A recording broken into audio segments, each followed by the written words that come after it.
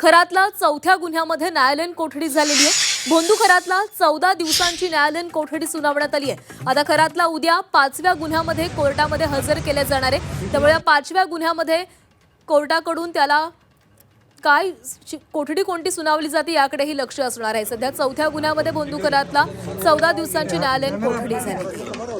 आणि या संदर्भात अधिक बोलूयात, आमचे प्रतिनिधी योगेश खरे आपल्यासोबत आहेत। योगेश, खरातला चौथ्या गुन्ह्यामध्ये न्यायालयीन कोठडी झालेली आहे। उद्या 5व्या गुन्ह्यासाठी त्याला कोर्टात हजर केले जाईल।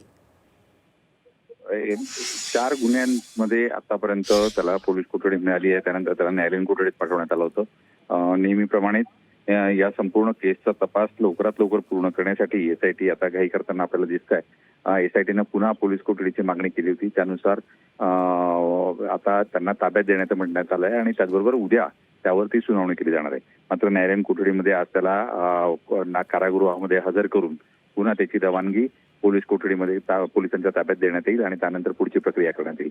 एकूण जर बघितलं तर 9 केसेस ज्या आहेत त्या एसआयटीकडे दाखल आहेत। एसआयटी मधले आता चौथे 4 केसेस पूर्ण झाल्या आहेत। अजून 5 केसचा निकाल 5 केस बाबतची जी सुनावणी आहे ती होणं बाकी आहे।